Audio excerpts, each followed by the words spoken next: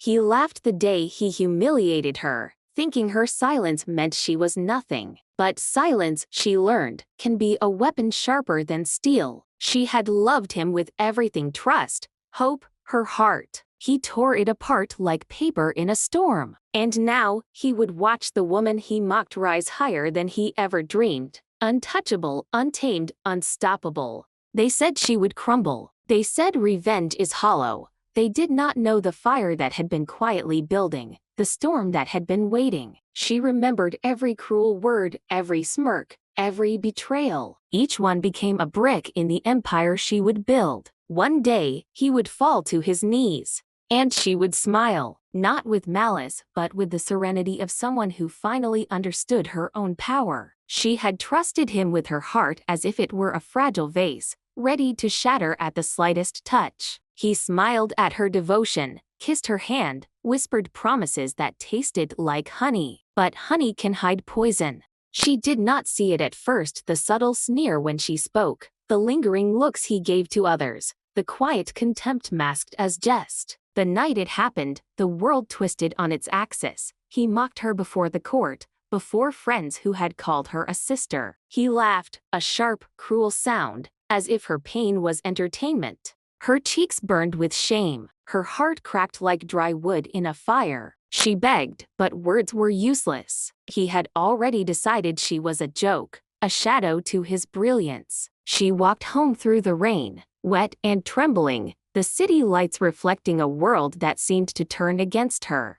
Every whispered rumor, every sly glance, every betrayal from those she called allies pressed down like stones on her chest. He had stripped her of dignity, of hope, of identity. Even her family doubted her worth, whispered that she had brought this upon herself. At night, she lay awake, replaying the laughter, the humiliation. The pillow absorbed her tears, silent witness to her despair. She thought of running, of disappearing, but there was nowhere to hide from a world that believed him over her. And yet, in that darkness, a small ember glimmered, a quiet voice whispered, "This is not the end."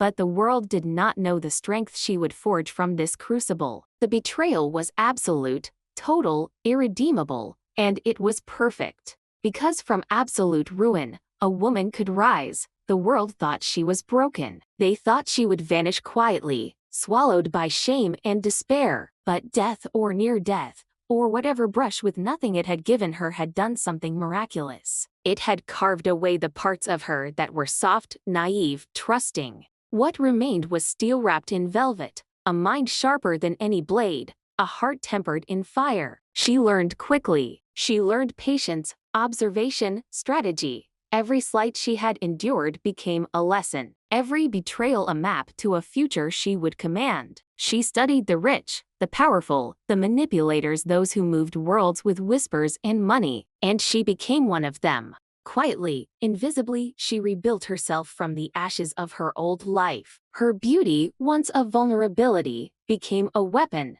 Her voice, once soft and pleading, now carried authority, precision. She laughed, but it was different. Not the laugh of a girl in love, but the laugh of a woman who knows her value and will not be undervalued again. She acquired wealth, influence, allies who respected her mind, not her dowry. She mastered the art of patience, the subtlety of power, the thrill of unseen victories. And at night, alone, she let herself remember the pain, not to drown in it, but to fuel the fire that would one day return her to the world that had scorned her. Time passed, seasons changed, and she was reborn, utterly transformed. No longer the girl who had begged for mercy, no longer the wife who had been mocked. She was a queen in waiting, a force wrapped in calm confidence. And in the quiet moments, when the wind whispered through her luxurious halls, she smiled. Not with vengeance, yet not fully, but with certainty. The world would know her, and when it did, it would remember the woman who had been underestimated, ignored, and broken. She would not just survive, she would conquer. She returned like a shadow, silent, graceful, unnoticed at first. The streets she had walked as a girl seemed smaller now, filled with familiar echoes of humiliation.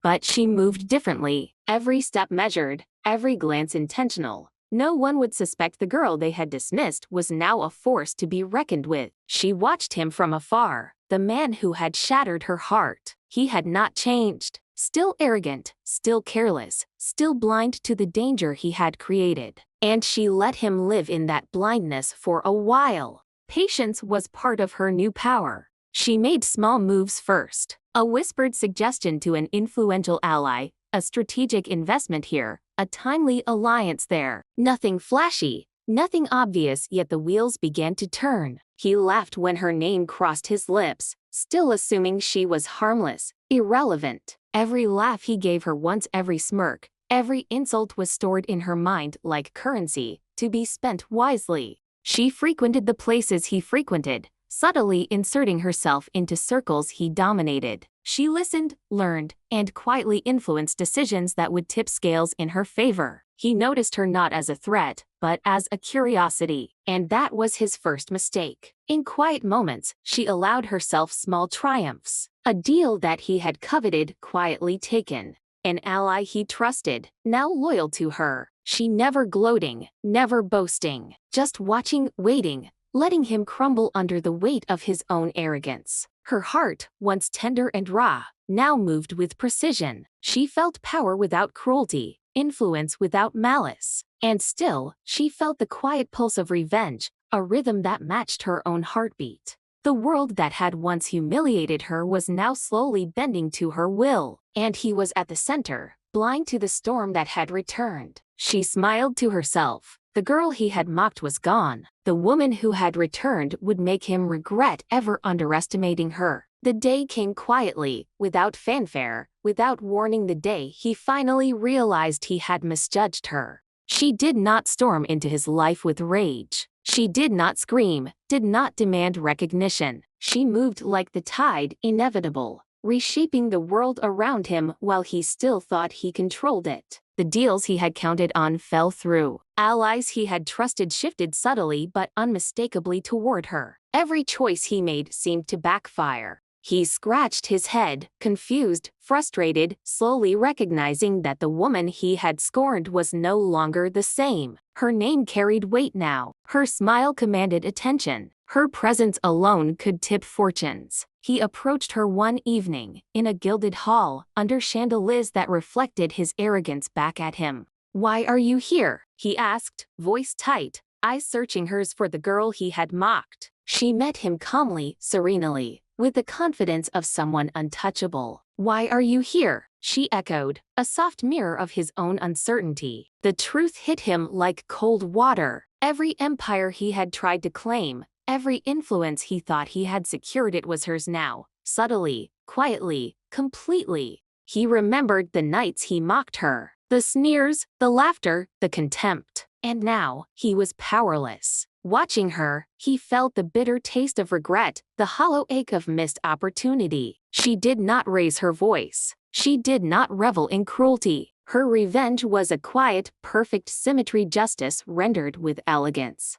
She let him see her success, hear of her victories, witness her respect and influence. And all the while, he could do nothing but stumble, beg for what he had once taken for granted, and realize the depths of his own folly. She had transformed his cruelty into her armor, his arrogance into her stage. And in the end, he bowed not because she demanded it, but because the world had shifted beneath his feet, and he understood, too late, the power of the woman he had destroyed. Her eyes held no hatred, only calm triumph, and that was more devastating than any scream, any insult, any retaliation he could have imagined. The city no longer whispered her name with scorn. It spoke it with respect, with awe, with acknowledgement of the woman who had risen from ruins. She walked streets she once feared, through halls she once bowed in, and felt nothing but quiet satisfaction. The weight of humiliation had lifted, replaced by the steady pulse of self-possession. She did not seek revenge anymore. It had already been fulfilled. What remained was freedom, the freedom to live for herself, not for the whims of others. She spent mornings watching the sunrise, letting its golden light wash over the memories of her past. She spent nights reading, planning, laughing softly at the irony of life, the same world that had crushed her, now bending to her wisdom. And then there was love, not the desperate, naive love of her youth, not the kind that demanded surrender, but a quiet, steady love, someone who saw her as an equal, who respected her mind, her strength, her scars. Together, they built a life of mutual admiration and gentle passion. No one mocked her, no one underestimated her, no one could. She visited the places of her former life with ease. The mansion she once called home felt smaller, trivial, a memory of chains she had shed. The people who had laughed at her, betrayed her, dismissed her, she regarded them kindly, as one regards a storm after it has passed. They were reminders, not threats. Her strength was no longer measured against them. It was internal, unwavering, infinite. In the quiet of her evenings, she often thought of him, the man who had underestimated her. Not with bitterness, not with desire for vengeance, but with understanding. He had taught her the lesson she needed, that the strength of a woman is not in submission, but in endurance, in patience, in rising when all else has fallen. And so, she lived fully, freely, without fear, without regret. She was no longer defined by betrayal, but by triumph. The woman who had been mocked, humiliated, and broken had become her own kingdom, her own queen, her own story. And it was magnificent. They thought they had buried her beneath shame and silence, but she had grown in the shadows they never saw. Every whispered insult, every cruel laugh, every moment of doubt became roots, deep and unbreakable, anchoring her to a strength they could never touch. She walked freely now, unchained by fear, carrying the calm certainty of someone who had faced ruin and turned it into power. And as the sun set over the life she had built, she realized the truth. Some queens are not crowned by others, they rise alone, unstoppable, eternal, and unforgettable.